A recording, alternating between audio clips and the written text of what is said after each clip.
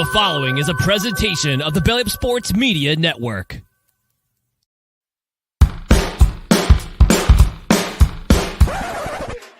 Victory Monday!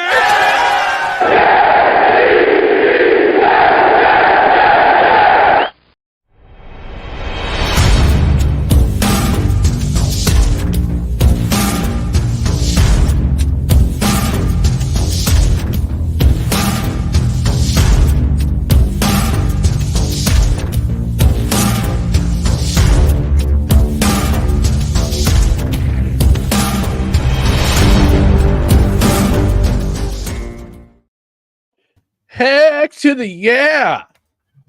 Welcome to Victory Monday from No Credentials Required. We are proudly presented by the Belly Up Sports Media Network. My name is Ryan McCarthy. I'm one of the hosts of Victory Monday. To my right is a man who had to have a cigarette after Thursday's euphoric win against the New England Patriots, Dan Goldstein. Dan, how are we doing tonight, man? I'm still riding that high from Thursday. I mean, that was one of the absolute best games I've seen in my lifetime, and was so overdue for just an absolute Patriots domination. And I loved every second of it. I really did. I loved every second of it. As did I, and we're going to talk about it more in just a moment. But before we do that, we just want to remind you to please follow No Credentials Required on social media, facebook.com/NoCredsREQ, Twitter, Instagram, the scarcely used TikTok, @NoCredsREQ, youtube.com/@NoCredsREQ. Leave us a like. And speaking of like, subscribe to the podcast, fund the podcast on your preferred platform, whether it be Apple Podcasts, Spotify, Spreaker, Amazon Music, iHeart, TuneIn, Pandora, wherever you find your podcast. Subscribe. Also, if you're on a platform where you can review the podcast, leave us a review. We might even read it on the air, and a feature on Spotify. Please comment on the episode. Comment on the episode, because that way, again, we'll definitely read it on the air if you leave us a comment. And we have a little special element. It's uploading just a second. Get yourself a notification. Hit the notification bell on both Twitter and on Facebook. That way you know when new videos are up, when we're live, so you can comment on the show. You can comment during the show, or you can comment on the replay as well. So if you're watching on replay or you're listening to the podcast, welcome. We welcome you to Victory Monday. If you're a Jets fan especially, good for you. Subscribe. We'll have new episodes of Victory Monday every Monday at 8:45 p.m. Eastern. Speaking of domination, let's talk about the Jets. Let's talk about this win on Thursday night. My goodness, I was a little nervous coming in this game because I didn't know what to expect. Because for so many years we had the Patriots doing their thing, beating the Jets over and over and over again. Jets got off the schneid at the end of last year. This year, third game in, home opener on Thursday night, their third game in 10 days. I didn't know what to expect. I was hoping for a competitive game, and we got more than that. Dan, let's talk about this game. I mean, I didn't want a competitive game. I wanted what every Jets fan wanted, and I wanted utter domination. And what we got was utter domination. And that was the greatest gift they could have given us since Aaron Rodgers' injury up until this point. Until this point, it was the best gift they could have given. Now, that was almost everything went right that game. Almost everything. You can tell that Rodgers and Garrett still have a little bit of work to do to get on the same page. Garrett's got to work his feet a little bit more. His feet he's struggling with it to keep his feet in bounds or understand where his positioning is. That's happened a couple of times already this season. So hopefully he and Rodgers can get a few things fixed. And we still haven't seen like the big play from Breece Hall, or really even like Braylon Allen. I mean, it's just been to be that dominant without any kind of true dominant plays and players just shows how consistent and how efficient this offense can be with Aaron Rodgers operating at 100%.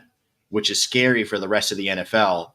If Garrett can start coming out with those 8 catch 100-yard games we know he's capable of, and Breeze can start breaking those 50, 60, 70 yards we know he's capable of, and Braylon Allen keeps just coming out and just pounding people like we've seen he's capable of, it's going to be scary for the rest of the league. And I think they all took notice after this game.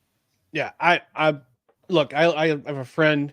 He has a Brian Snow. I'm occasionally on Snowman in the Morning on Mondays when I do Coffee with McCarthy. I had heard his program on Thursday night when they did a preview with a guest, a guest quote expert, and he talked about the Jets. He says nothing's really impressing me. Their defense can't stop the run, and he's only got 3 people to throw to. Look, in this game, Aaron Rodgers found not 1, not 2, not 3, 4, 5, 6, 7, 8 different receivers in this game. 8 different receivers. 9. He targeted Garrett. Yeah, he targeted Garrett Wilson 9 times. Found him 5 times. Got a touchdown. Only 33 yards, but Christian Gonzalez was playing pretty well against him. That's their number 1 safety. But otherwise, Tyler Conklin was the check down guy, but he was getting receptions. He's also making big receptions on 3rd down too. So he was the hidden MVP in this game, in my opinion. On the offensive side of the ball was Tyler Conklin. 5 receptions, 93 yards, no touchdowns, but that's okay. Alan Lazard had a touchdown, 3 targets, 3 receptions. The first touchdown of the game, in which he gave Aaron Rodgers the ball for his first Jets touchdown in MetLife Stadium. And then the rest of it, Mike Williams, oh my gosh, had a chance to come down with a 50-50 ball in the end zone, and it would have been a spectacular catch, because that's what he does, 50-50 balls. So throughout this game, you got all the criticism. Breece Hall got all the, not the Breece Hall, Aaron Rodgers getting all the criticism. He's only finding 3 receivers. He found 8 different receivers in this game. 8 different receivers. He spread the ball out to his wide receivers, to his tight ends, to his running backs. That's the type of offense they're operating. Now, the score reflects a closer game than it should have been, but this game would have gotten out of hand very quickly, especially if it should have been 20. I feel like it should have been 21-3 at 21-3 at halftime, and they would have blown the Patriots out of the water by at least 30. But had some missed chances on the offensive side, something to clean up. But something to clean up, especially against a Patriots team that they're not good. They're not good. Hate to Not say only are they it, not man, they're not Not good. only are they not good, they were also riddled with injuries. I mean, True. that offensive line was missing 3 starters, and I think the other ones were banged up. I think Andrews was a little banged up coming into the game as well. And Andrews was questionable coming into this game, but he wound up playing. But he looked like he was an injured player. He got eaten alive. I mean, you're putting an injured David Andrews against a healthy Quinnen Williams. It's not fair, even if Andrews is healthy. Mm-hmm. It's just so. It was the domination was to be expected, especially on the front 7. What you really wanted to see was the offensive line continue their efficiency and continue their good play streak so far with the 5 of them. And that's exactly what we saw. Now, granted, unfortunately, we did lose Morgan Moses for looks like to be a couple weeks to a sprained MCL and a bone bruise. You know what? I'll take a sprained MCL and a bone bruise over a torn ACL any day. All day. And so you know what? And it's going to give Olu a couple of weeks to really see what we have in him as a rookie that's had reps in training camp, but now is going to get game action. And luckily his game action comes against the first games against Denver. Not really worried about Denver. Granted, they did what they did against Tampa Bay this weekend, but their defense isn't really anything to be truly petrified over. So you think Olu should be able to come out. It's going to be more on the Vikings and how good they've been this season, where it'll be interesting to see the test while we're in London. But so I'm excited to see him. That's definitely probably between just Morgan's injury and the penalties were pretty much the two downsides to that game, and the clock management. I mean, Aaron Rodgers is really taking that clock down to the bare minimum to see what the defense is doing, and he had to burn 2 timeouts early in that third quarter, and luckily you were already kicking the shit out of the Patriots, and there wasn't really much hope for them to come back. But you can't do that in a game like with the way Minnesota's been playing so far, or you can't do that with this Arizona team or Buffalo or anybody like that. So hopefully that's something too that they can get worked out. Yeah, I'm looking at the time of each drive that Jets put together. So first drive resulted in a punt, but they still ate up almost 5 minutes. The next drive, touchdown, 4 minutes, 13 seconds. Looked very, very efficient on that first touchdown drive, 9 plays, 58 yards. The next series, touchdown, 15 plays, 7 minutes and 47 seconds, almost 8 minutes off the clock.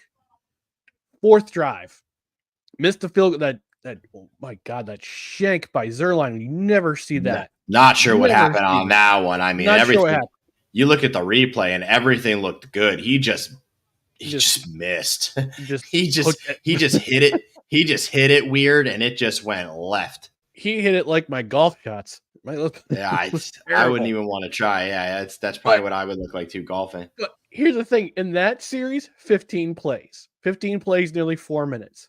Then we go to the second half. 12 touchdown, 12 play drive, 7 minutes 10 seconds. Fourth quarter. That's almost half. That's almost half the quarter right there. Half the third quarter. Fourth quarter. It's going to be towards the end of the game. They're not going to be as crisp as they were in the first half. Punt, but they had a punt, but they still ate up almost over 4.5 minutes. They get the ball back with a chance to just absolutely just destroy this game. The Chuck Clark. That's the Chuck Clark redemption game. I said that. I noted that on Twitter. I said my personal account. I said this is a Chuck Clark redemption game. Had a sack. I mean, we'll talk about the defense in just a second. But he had a sack, and he forced and recovered a fumble, strip fumble, and which put the Jets in Patriots territory. And then the next put him in the position for the next drive. 7 minutes, almost 4 minutes off. 7 plays, almost 4 minutes, which resulted in a field goal by Zerline. Then the last drive still went 7 plays for almost 4 minutes. This game, I can't remember when a time in recent history the Jets had the ball for over 40 minutes. I don't know if I've ever seen it. I honestly don't know if I've ever seen it. I can't even think of a time where that ever happened either. So I don't know if we've ever really seen the Jets have the ball for over 40 minutes of play. So it's just, it was a different experience. It was a new experience. It was a fun experience. And it was an experience I hope that we can recreate over and over and over again for in the near future and the far future. I hope Jordan Travis is just soaking all the Aaron Rodgers aura up. And that when Aaron Rodgers finally says, guys, I'm out of here, Jordan Travis just hands it over Jordan Love style and just does the exact same thing. And Jordan Travis is our Aaron Rodgers for the next 20 years. Yeah. So in the first half. So in the first half alone, the Jets had 17 first downs. 17 in the first half. Yeah, we've seen games where the Jets didn't even get like 3 first downs the entire game. 40 minutes and 4 seconds of possession. The penalties, you got to clean that up. 8 penalties, 106 yards. Two of those penalties were on the same drive on defense. We're going to talk about the defense in just a second. But the offense needs to clean something up. John Simpson had that really weak hold. No, it was the hold. It was the unnecessary roughness. Oh, penalty. There was who had the holding penalty that was weak. There was a holding penalty at some point that was kind of sketchy. You're like, I don't know, man. That might have been on the missed field goal. I don't remember. There was too much good stuff going on. I didn't focus on all the crappy bad stuff here. I pushed it out of my mind. Everything else was going too well. Yeah, everything else is going really great. Really great. But yeah, offensive side of the ball, 400 yards total offense. Again, you got 400 yards without a single 100-yard player. Yeah. You didn't have a single player get 100 yards. And I don't even think I think you only had, well, no, Braylon and Hall both got over 50. So they both got over 50 yards. But like the only other person that get over that was Conklin. Garrett was lower than that. Yeah. Garrett was lower than that. I think Lazard came close to 50 if he didn't break it. Lazard had 48 yards. Yeah, he came close. He had that first touchdown, which I gotta say, for all the crap we gave Alan Lazard last year, he's playing better this year. Yeah, and rightly gave him, yeah. But I think he's better in those 10-yard and goal to go situations, and he showed it on that first touchdown. Had that nice catch, made a runner miss, made a defender miss, and just walked into the end zone. Great play. You played like a 6'5" person. Mm-hmm. You played like you were 6'5". You came out, you grabbed the ball, you made your move, and you bullied your way in that damn end zone. And that's how it should be. Mm-hmm. That's how it should be. Yeah. So the offensive production was just out of sight. Out of sight. Now, let's talk about that. Let's talk about the best defense. We got a comment in the comment section from my buddy Matt from Corner Booth. He's a Jets fan. It says MILF MILF. Man, I love football. We love football too, Matt. It's football in my family that keeps me going, brother. I think he was. I believe he was at that game. If I'm not mistaken. I think he was at that game. He's in Connecticut. He lives nearby. Man, let's talk about this defense. It'd be dangerous to my wallet if I lived anywhere near New Jersey with the Jets team that they have this year. I can tell you that. It'd be dangerous.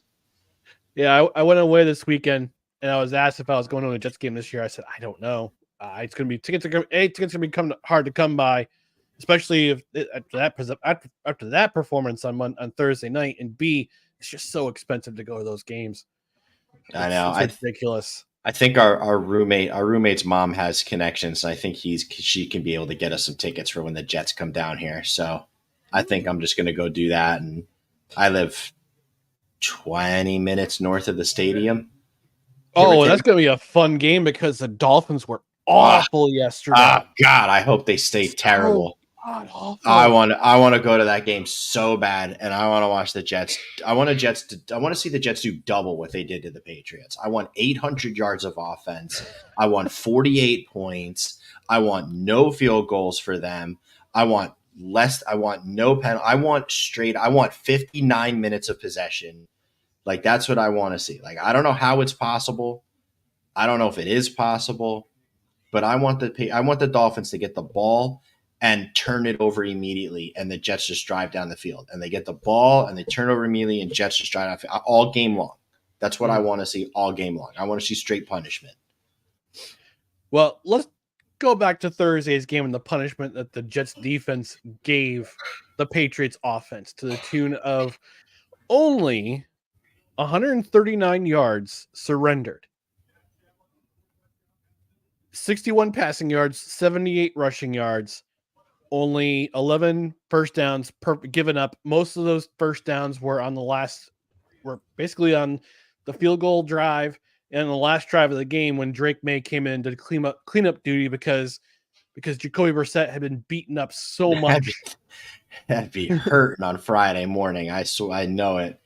Jacoby Brissett was hurting on Friday morning after the beating he took.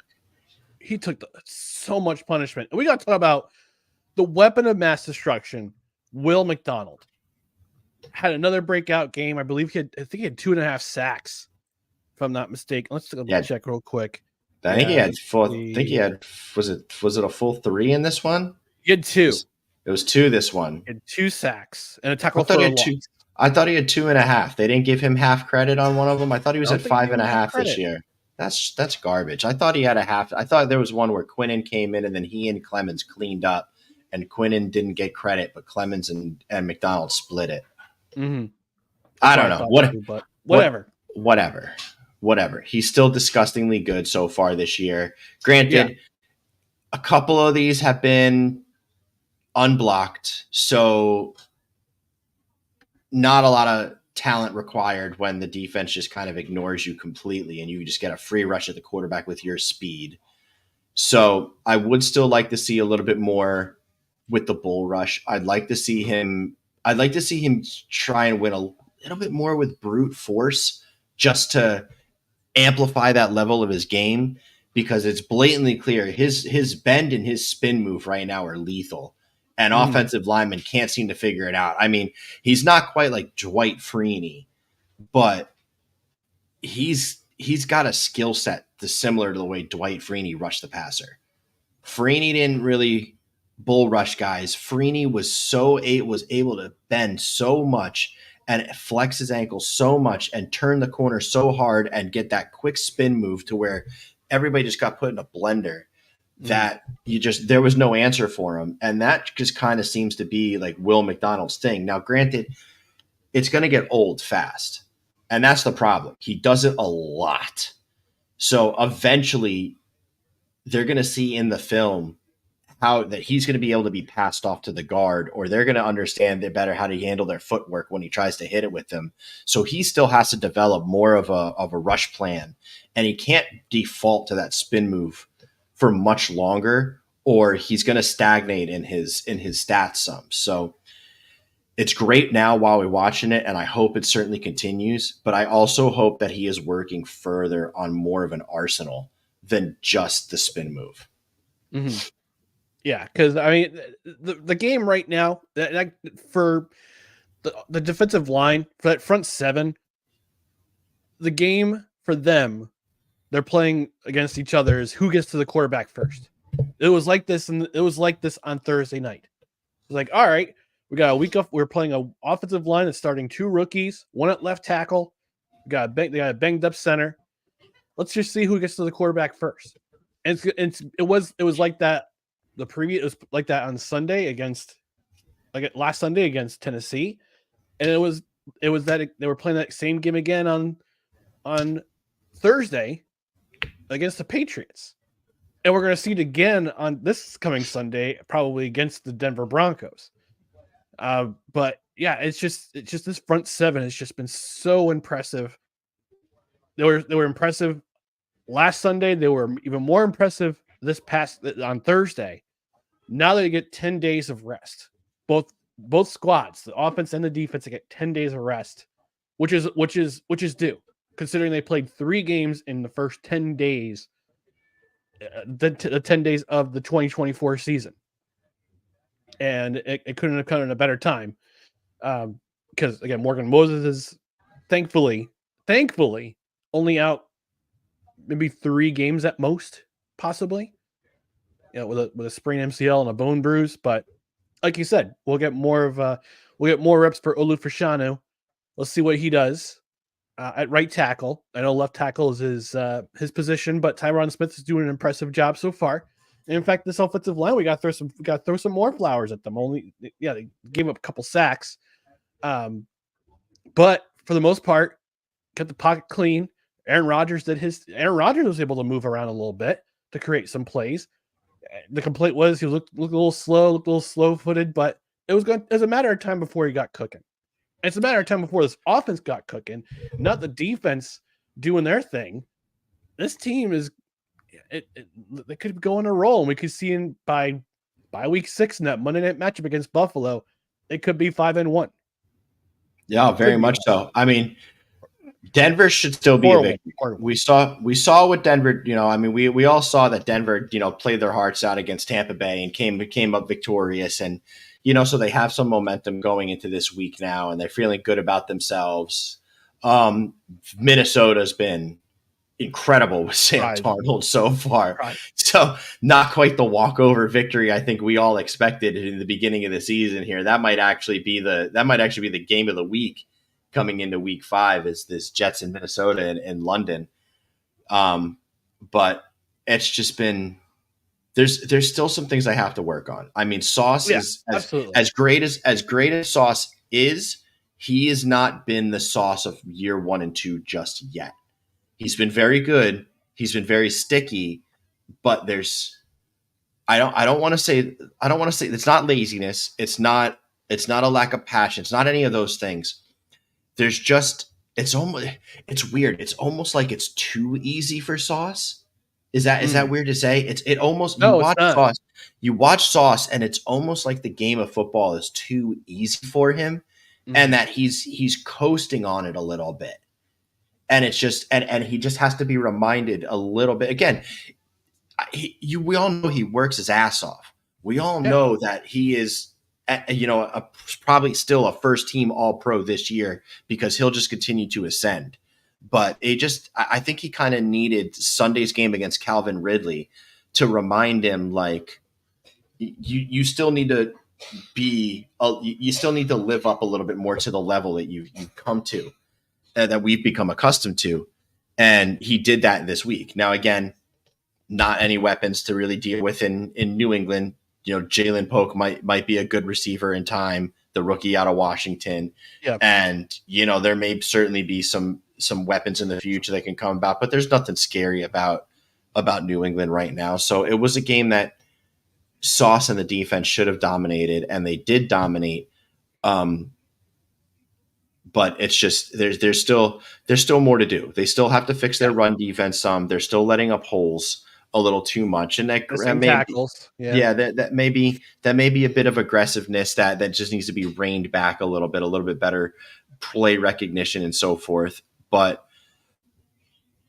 it was encouraging. It was very encouraging. That was the defense we all expected to see this season, and it took 3 weeks to get there. And now you just have to hope that they continue to build on it as everything progresses and as everything continues to gel. So. You got to think CJ Mosley's probably back against Denver, which means less of Jamie and Sherwood. But I think you got to figure out a way to get Sherwood on the field more. I think Sherwood's got to be on there more. Even if you do play a little bit more 4-3 instead of 4-2-5. Yeah, and speaking of Jimmy and Sherwood, fantastic performance from him. He had 5 tackles, 4 solo tackles, and I expect a couple of letters from the league officiating office, especially on that unnecessary roughness, which is a football play. It's a bang bang play. What do you want these guys to do at that point? Like, what do you want them to do? Like, the guy's going down. He led with his shoulder. He didn't try and do anything, but the guy's on his way down, and we're trying to make the hit. It's just. I just don't understand it. Like, I just don't understand it at this moving forward. How do you want this guy to stop his momentum?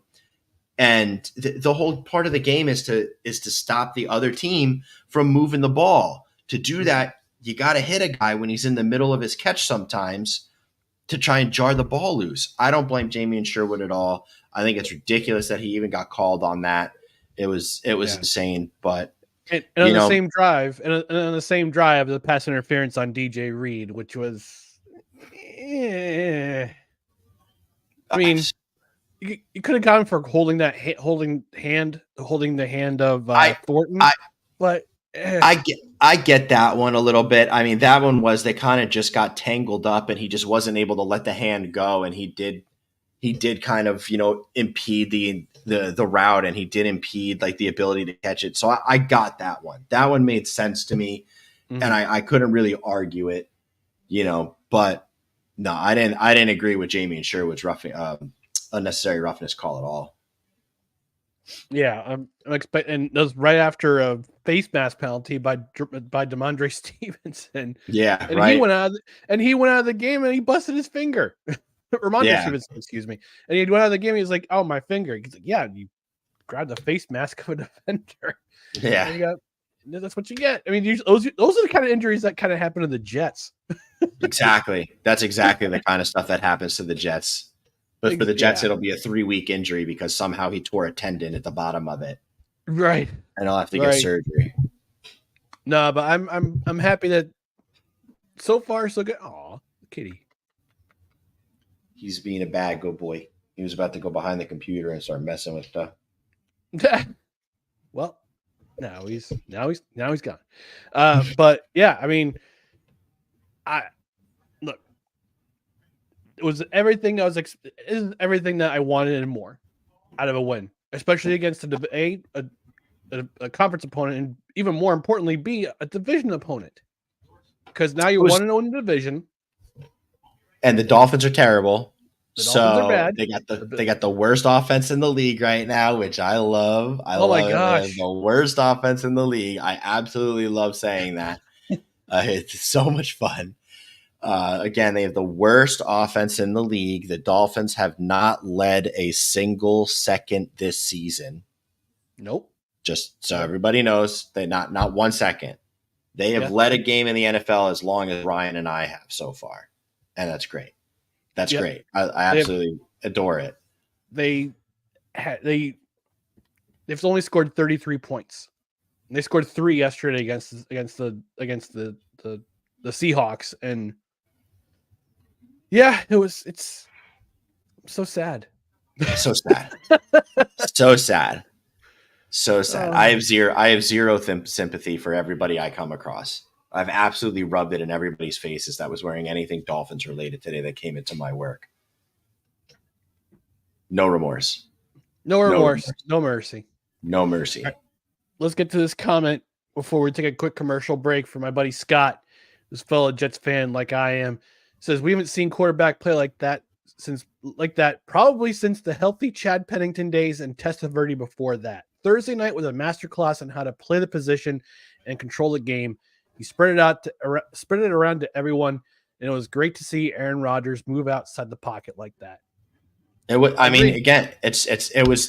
one of the most efficient, smart quarterback games you're ever going to see. There were 0 big plays. There were 0 long bombs. There was no like what's the word I'm looking for? There was no like trash yards. There was no garbage yards. I mean, everything there was earned, was calculated, and it just showed Aaron Rodgers when he's in his zone.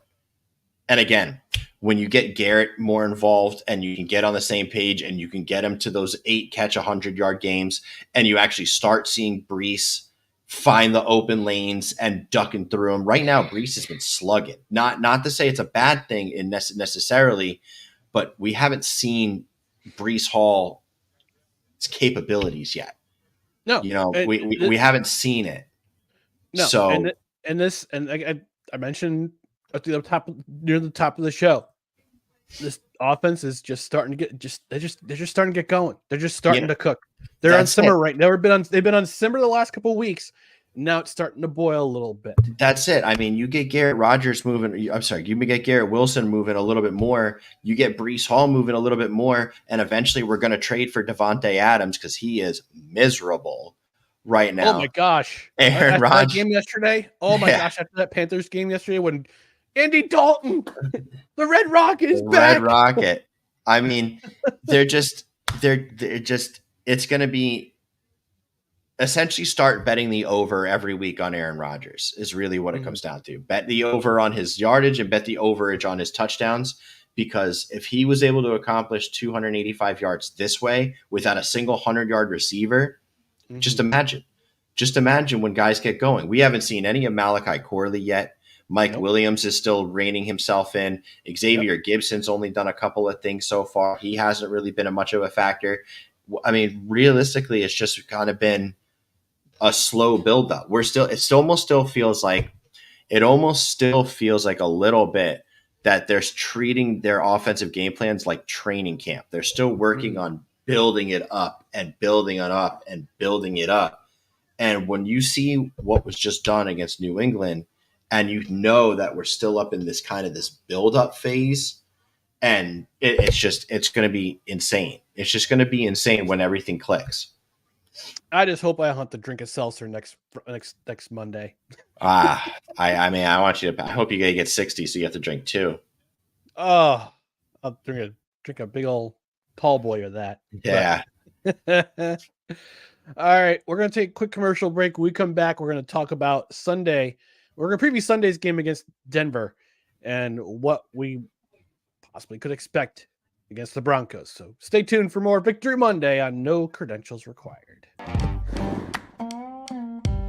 Righteous Felon Craft Jerky is the official jerky of Belly Up Sports. For over a decade, Righteous Felon Craft Jerky has led the American meat snack revolution by concocting delicious, adventurous, U.S.-sourced jerky recipes for uncompromising carnivores across the country. With 15 different flavors to choose from, Righteous Felon has all jerky lovers covered, and by using promo code BELLYUP, you will get 15% off your purchase at RighteousFelon.com. Do your taste buds a favor today and rip into a bag of Righteous Felon jerky. That's right, folks. Righteous Felon Craft Jerky.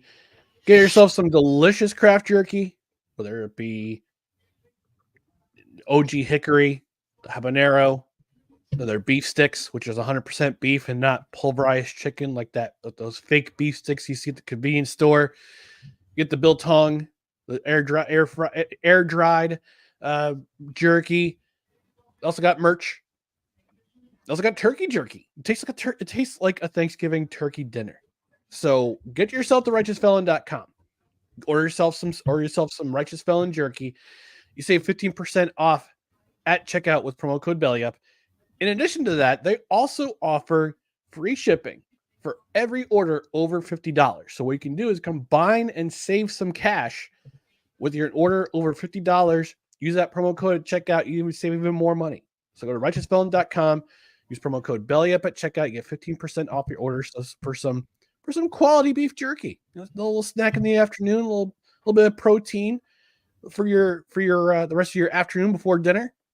You'll fuel you up at work, and it's delicious jerky, handcrafted, made in the USA in Pennsylvania, I believe. Get yourself some craft jerky. Craft jerky at righteousfelon.com. All right, Sunday. I want to get some of their merch. Their shirts look sweet. They're pretty cool. They're pretty cool. I was hoping to get one of their tumblers. Let's see what they got here. We also have dog treats. I forgot about that. They have dog treats, homemade dog treats. So if you got a dog and you're looking to do some, looking to get some nice homemade treats for them, get yourself some dog treats. But yeah, the low ball tumbler. Spoil your mutts. That's right. All right. So Sunday, Denver, 1:00 Eastern. Let's talk about this game a little bit. Denver had a good week had a shockingly good week against the previously unbeaten Tampa Bay Buccaneers. But it's also Denver. They're in a bit of a rebuild. They got a rookie quarterback. And if there's one thing that this defensive line can feast on, they can get to that quarterback. They got the ability to get to that quarterback quickly and make him make mistakes. They'll make Bo Nix into Auburn Bo Nix as opposed to the Oregon Bo Nix that we saw last week. We might see the Auburn Bo Nix show up like in week 2 against Pittsburgh in this game. I mean, I don't foresee it to be too difficult for the Jets defense to really put a hurting on Bo Nix and Denver's offense. Sauce has got Cortland Sutton locked down, so he's going to be a non-factor. The defensive line should have little to no problems really getting into it. I imagine what Denver's going to try and do is a lot of two-step drops, quick outs, quick throws, play action, try and really see if they can open the field and give Nix as much time as possible to get in a rhythm, because if you try and have him do any 5-step drops, he's going to get crushed. He's not going to have, his receivers are going to struggle for separation against the Jets secondary. His tight ends will struggle against the linebackers, and Will McDonald and Quinnen Williams have proven to be just way too dominant. I mean, and Javon Kinlaw up until this point have proven to be way too dominant at the point of attack in the trenches, and should really, you can't, if Bo Nix stays in the pocket longer than 2 seconds, he's going to be in trouble. So it really is going to be up to the Jets. It's really going to be up to the Broncos to work with Bo Nix this week to understand his internal clock, understand he has to be on the move. And if he can't find it and he can't find it quick, just start running, because without it, you're going to get killed. So this should be this should be at least a 2 turnover game for the Jets. Mhm. And it should be at least a double, and I imagine a double-digit victory. This has got to be like a 13-point victory to me. This is a game that reeks of like a 30-13, 30-17 type victory. You just want to see me drink seltzer. I mean, I do. That would be a benefit of that type of victory. Yeah, I mean, I think this is going to be. I was going to say CSB a wash. It's going to be. I mean, the Jets needed to do the same thing like they did last week, like on Thursday to the Patriots. They got to get out to a quick lead. They got to establish their dominance on offense quickly. They got to do the same thing on defense too. I don't expect them to have the ball for 40 minutes and 4 seconds like they did last on Thursday, but it's going to be. Like the last time the Denver Broncos visited MetLife Stadium, it was not good for the Denver Broncos. I believe it was 2016, the last time the Broncos visited MetLife. Have we been going to Denver every year? This for the recently? The last 2 times that the Jets were in Denver, AVT suffered Alleged Tucker suffered a season-ending injury and torn triceps. Well, that was the 2022 season. Brees Hall had the torn ACL, and then the very next play, it was AVT who tore his triceps, and then Brees Hall tore his ACL. And then last season's game, Alleged Tucker ruptured his Achilles tendon. It's Achilles, yeah. And we haven't even mentioned it so far, but we got to give a huge shout out to AVT and John Simpson. Currently, right now, they're the 2 highest rated pass blocking guards in the NFL. Mm-hmm. Is Keith Carter good? I mean, that's crazy to me. I mean, we all thought we all heard what Taylor Lewan? We all heard what Taylor Lewan was saying about Keith Carter and the reports of Keith Carter, and Keith Carter's come out here, and now that he's got a little bit of talent to work with, has been able to put together the best pass blocking O-line in the NFL right now. So I need to retract my last statement. The last time the Jets played the Broncos at MetLife Stadium was the forgettable 2020 season. Broncos beat the Jets 37-28, and I remember it was Sam Darnold's longest run as a New York Jet for a touchdown. He ran for a touchdown in that game, and after the game, Adam Gase and Vic Fangio had a verbal tete-a-tete. They were jaw-jacking each other at the end of the game. And then they said, and at the press conference, Adam Gase was like, nah, it's just, just competitive, just being competitive. I'm like, no, you two are ready to throw down. Yeah. God. God. It was 2018 I was thinking of when the Jets beat the brakes out the Broncos. That was the game when Robbie Anderson. Robbie Anderson had those 2 long touchdown passes from Sam Darnold, and Isaiah Crowell had a 77-yard touchdown run. Remember that game. That was a wild. Oh my gosh! Remember that lineup? Team. That was a wild they were up, team. They were up 21-10 at halftime, and I looked at the football database and said Robbie Chosen. I'm like, who's Robbie Chosen? I'm like, oh, Robbie Anderson. Yeah. Ridiculous.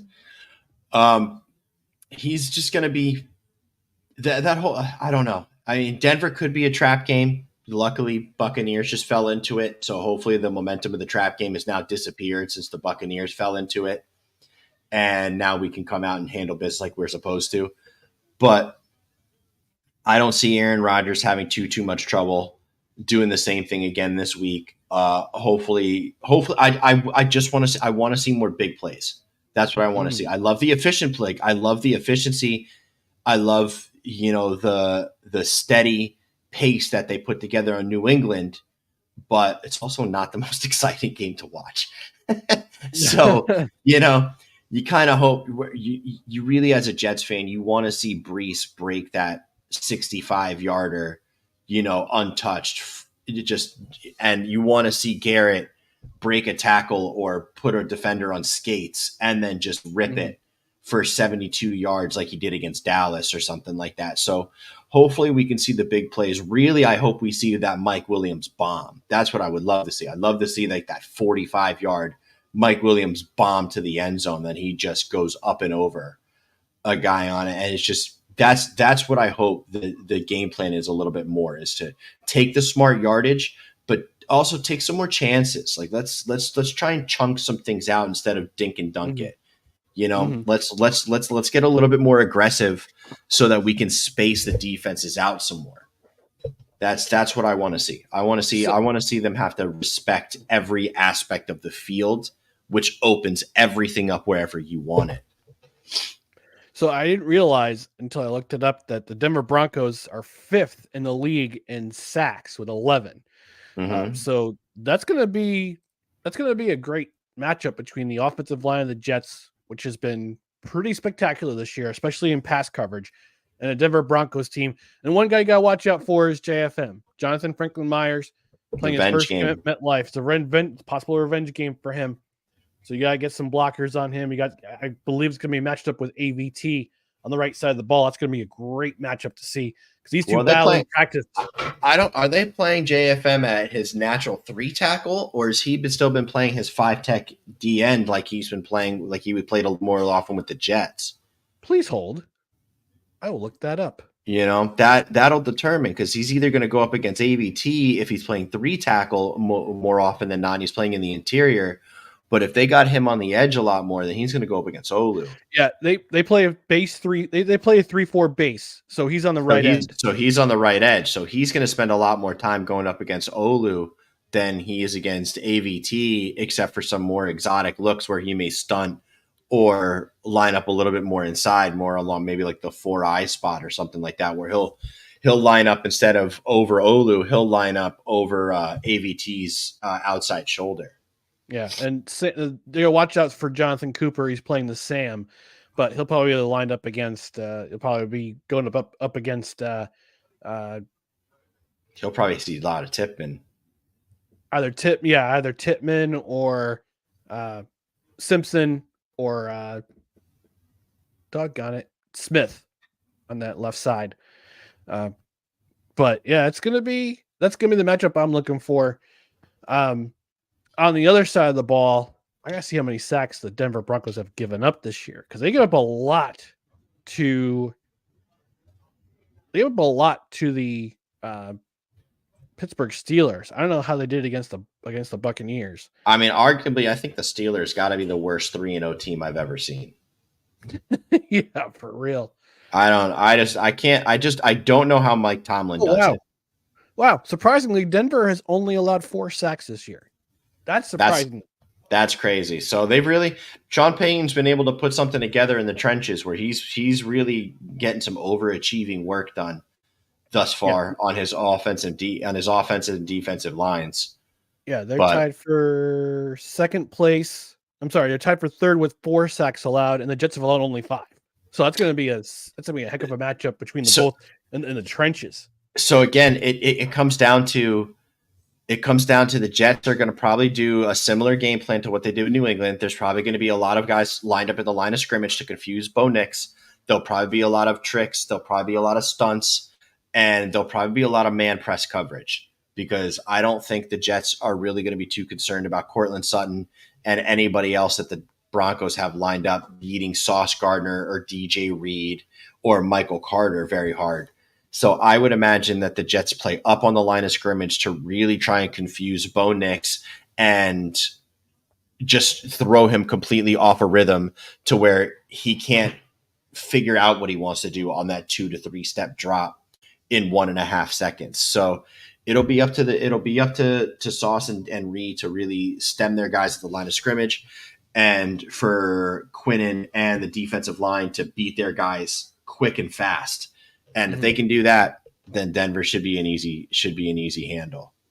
Now, unfortunately, it doesn't seem like you're going to get your wish, because I know in last week's Victory Monday, you wished that Bo Nix was hurt, so Zach Wilson would go in for him. I was hoping he's contusion. Third in the depth chart behind Jared Stidham. I was hoping for Bo Nix quad contusion and Jared Stidham COVID. but Doesn't look it like that didn't. way. It didn't happen. It didn't happen. I hope the entire Jets team does not dap up Zach Wilson at the end of the game, though. I hope they all. I hope he walks by everybody with a high five up like this, and they just walk by and ignore him. Very like the Patriots did to Tom Brady all those years ago. Yeah, that's what I hope. I hope it's just an ignored. I hope it's just an ignored, awkward high five. He just tries to go up to everybody, and they're just like, "Who the fuck are you?" You're the guy. You're the guy that set us back 3-4 years. That he did, but that's another story. That's the past. That is a past. This is 2024, and it's a different vibe in Florham Park, in Gotham, and Gang Green. But, yeah. So we're gonna get out of here, but just want to remind you to please follow us on the socials. Where is it? Dang it. There it is. Follow us on social media, facebook.com/NoCurdsREQ, Twitter, Instagram, TikTok @NoCurdsREQ, youtube.com/@NoCurdsREQ. Give us a like. And on the podcast side, subscribe to the podcast. Find it on your preferred platform, including Apple Podcasts, Spotify, Spreaker, Amazon Music, iHeartRadio, TuneIn, and Pandora. And on YouTube and on Twitter, you can get notified. Hit the notification bell. That way you know when either new videos are up or we go live on Victory Monday every Monday at 8:45 p.m. Eastern, or on Wednesdays if they play a Monday night game. It'll be the same time, 8:45 Eastern. And again, subscribe to the podcast, rate and review on Spotify. Leave a comment for the episode. But in the meantime, we're going to get out of here. Thanks for joining us on Victory Monday from No Credentials Required, which is presented by the Belly Up Sports Media Network. For Dan Goldstein, I'm Ryan McCarthy. Till next Monday, go Jets. Dolphins are trash. So are the Patriots. Yes, them too. Victory Monday!